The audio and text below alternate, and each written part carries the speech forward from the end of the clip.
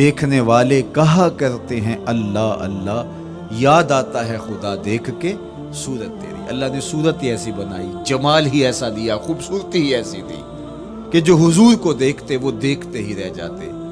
تو کتنے لوگ تھے کہ جنہوں نے محض حضور کو دیکھا، پھر اس کے بعد لب کھلے تو کلمہ ہی جاری ہوا۔ وہ خوبصورتی اور وہ جمال اللہ نے اپنے محبوب کو عطا کیا۔ آقا کریم علیہ الصلوۃ والسلام کا ایک ایک عضو بدن خوبصورتی کا مرقع تھا، بلکہ خوبصورتی کا معیار تھا۔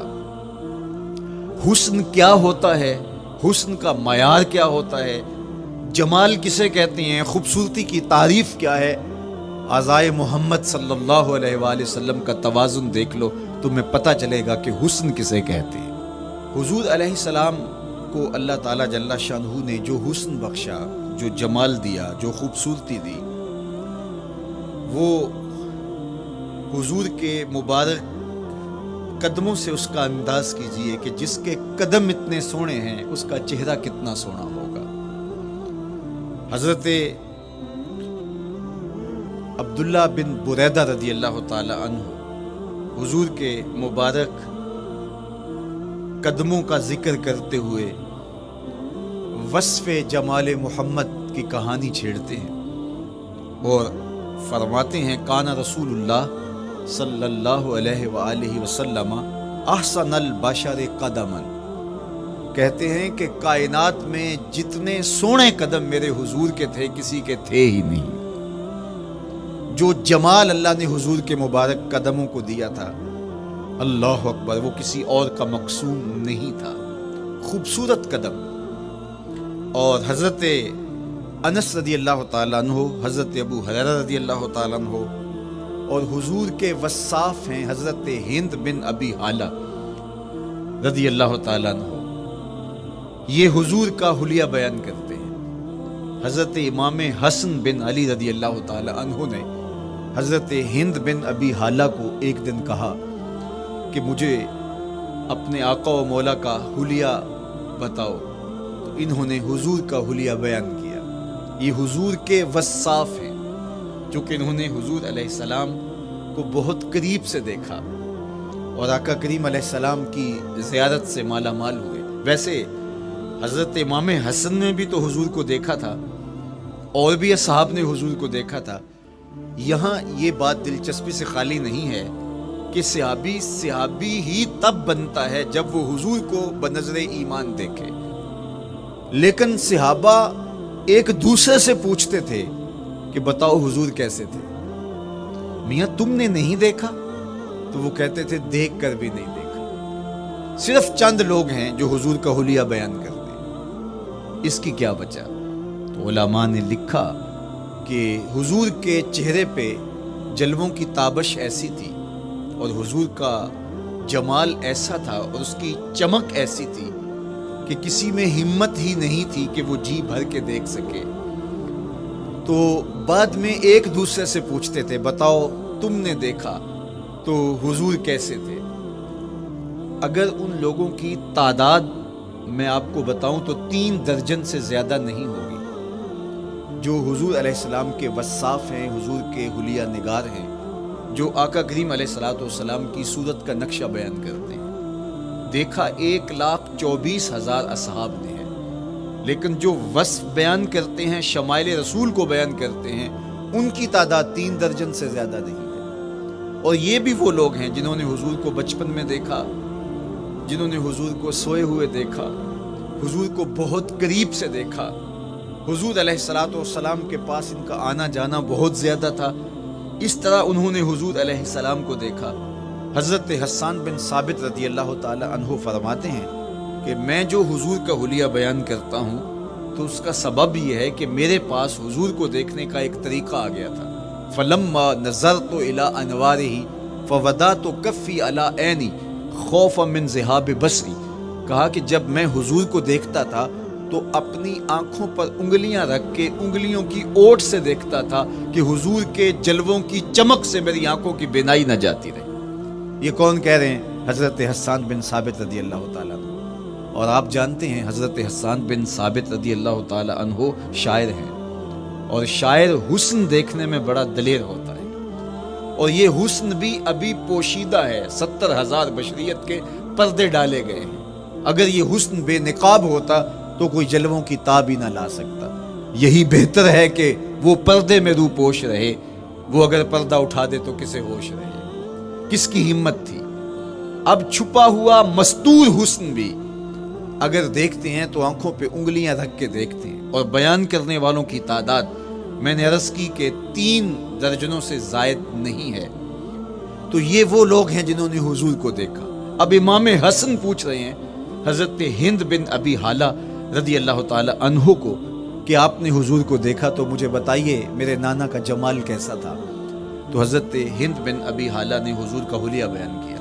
تو جب حضور کے قدموں کی کہانی انہوں نے بیان کی تو حضرت ہند بن ابی حالہ نے کہا کان النبی صلی اللہ علیہ وآلہ وسلم شسن القدمین والکفین، حضور علیہ السلام کے مبارک قدم اور حضور کی ہتھیلیاں پر گوشت تھے۔ یہ حضور علیہ السلام کے مبارک قدموں کا جمال بیان کرتے ہیں۔ اللہ اکبر۔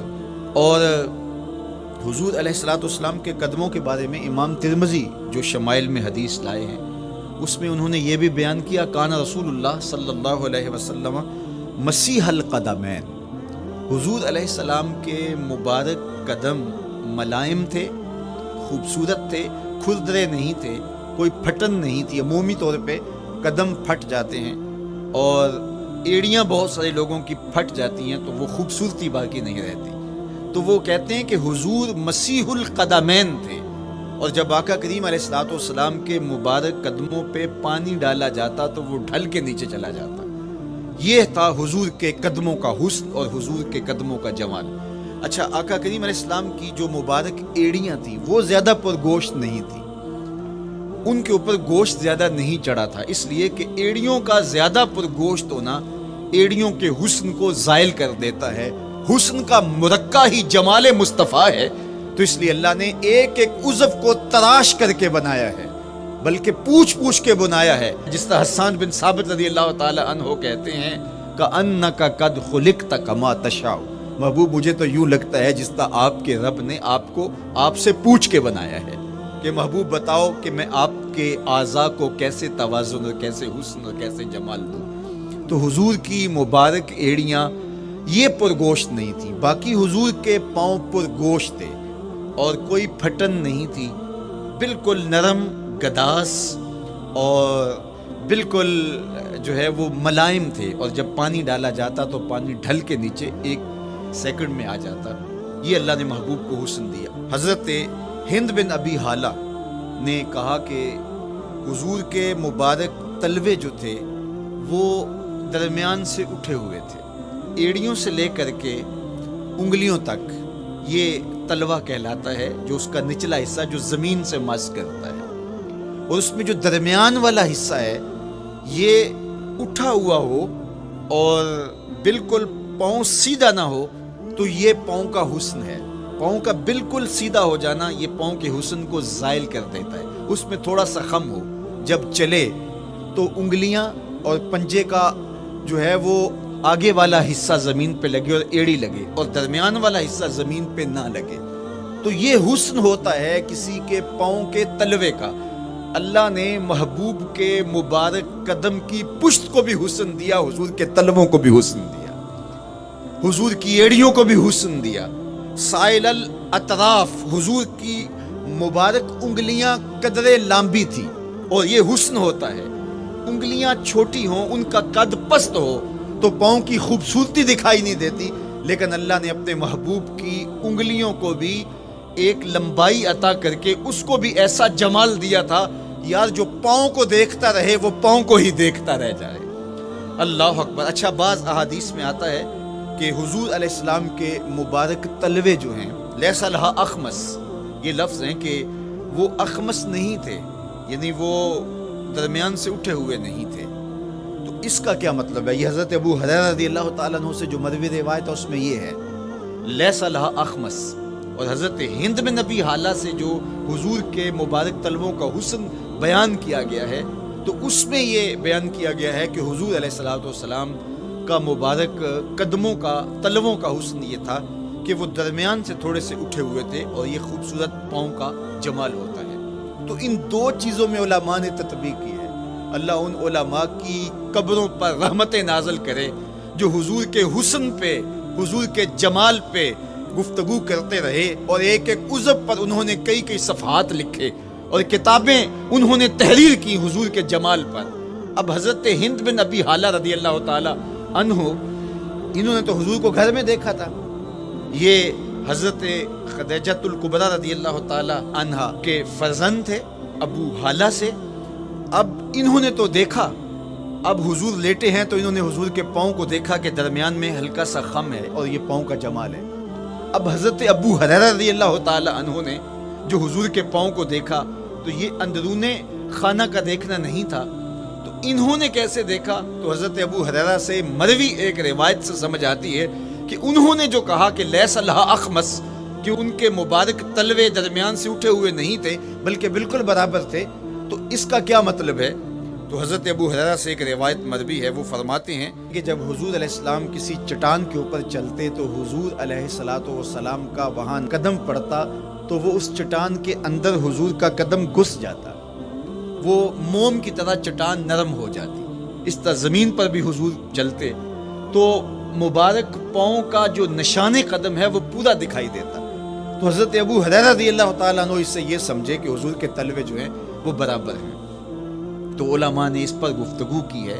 ایک تو حضور جب چلتے تھے تو آقا کریم پورے زور سے قدم زمین پہ رکھتے تھے اور اس وقار سے چلتے تھے کہ جس طرح حضور اونچائی سے نیچے کی طرف اتر رہے ہوں۔ تو جب پاؤں کو جما کر کے زور سے رکھا جائے تو پھر جو ہے وہ نشان نیچے پڑتا ہے۔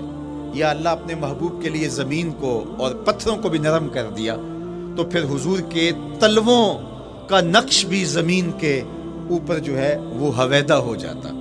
سلطان قاتیبائی نے ایک ایسا ہی پتھر جس کے بارے میں شنید تھی کہ اس پر حضور کے قدموں کا نقش موجود ہے، تو انہوں نے 20,000 دینار کے اندر وہ خریدا اور انہوں نے یہ کہا کہ جب میں فوت ہو جاؤں تو حضور کے قدموں کے نشان والا پتھر میری قبر کے سرہانے بطور کتبہ لگایا جائے۔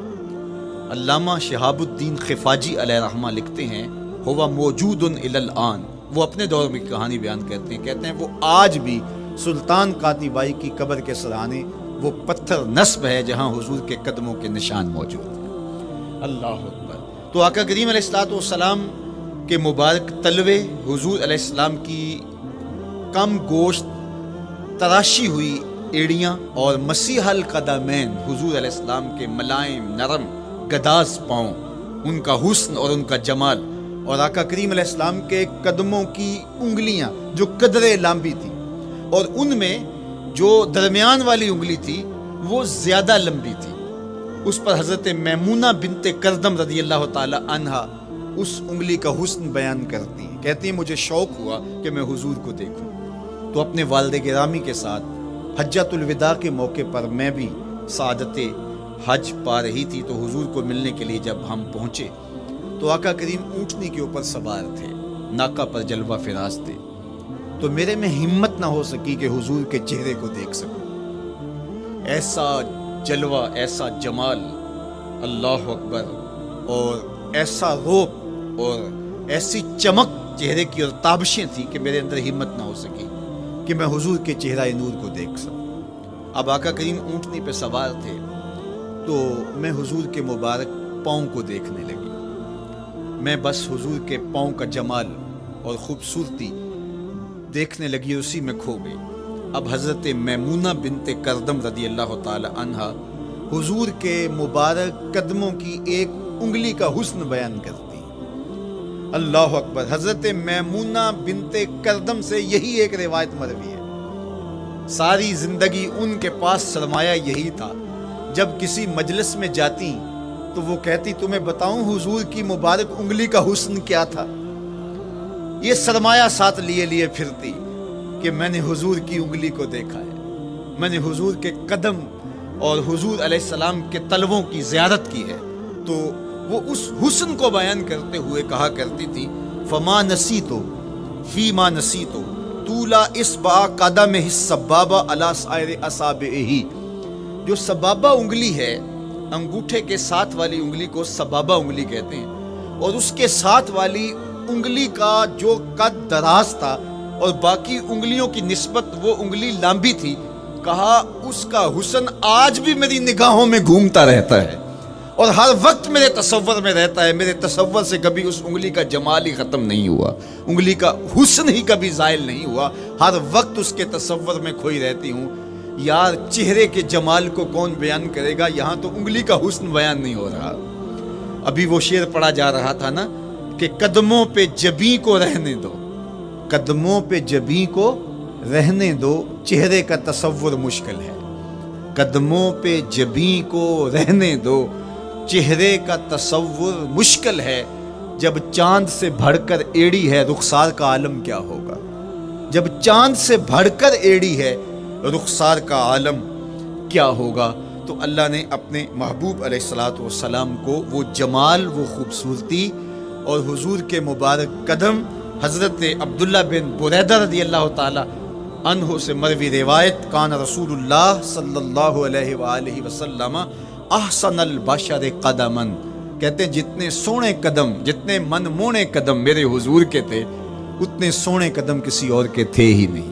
اللہ نے اپنے محبوب کو وہ جمال، وہ خوبصورتی اور وہ نور عطا کیا تھا۔ اچھا، یہ قدم، یہ ایڑیاں، یہ مبارک تلوے اور یہ داراز انگلیاں اور ان انگلیوں کی چمک اور ان کی رنگت کا جمال اور خوبصورتی، جہاں اس کا صوری حسن تھا تو مانوی حسن بھی دیکھنے والا تھا۔ یہ قدم اٹھ جائیں، اللہ اکبر، تو تقدیر کے فیصلے ہوتے دکھائی دیتے ہیں۔ ان قدم کی اونچائی، ان قدم کی بلندیاں کہ عرش حق ان قدموں کے بوسے لے رہا ہے۔ اور میرے امام بولے، زہے عزت و اے طلائے محمد، زہے عزت و اے طلائے محمد، کہ ہے عرش حق زیر پائے محمد۔ قدموں کا حسن وہ بھی دیکھنے والا، اور قدموں کی بلندی اور اونچائی اور اس کی شان و شوکت وہ بھی دیکھنے والی۔ اللہ اکبر۔ آقا کریم علیہ السلام حضرت ابو بکر صدیق کے ساتھ، حضرت عمر فاروق کے ساتھ اور حضرت عثمان غنی کے ساتھ احد پہاڑ پر تشریف لے گئے۔ یہ حدیث آپ نے بارہا علماء سے سنی ہے۔ احد کی چھاتی پہ جب حضور کے قدم آئے، اللہ اکبر، تو وہ خوشی سے جھوم اٹھا، مقدر جاگ گئے، بخت بیدار ہو گئے۔ ان کے قدم جو کہ اس شاخ کی آنکھوں کی ٹھنڈک ہے، جب چھاتی پہ آ جائیں تو کون عاشق نہیں جھوم جائے گا۔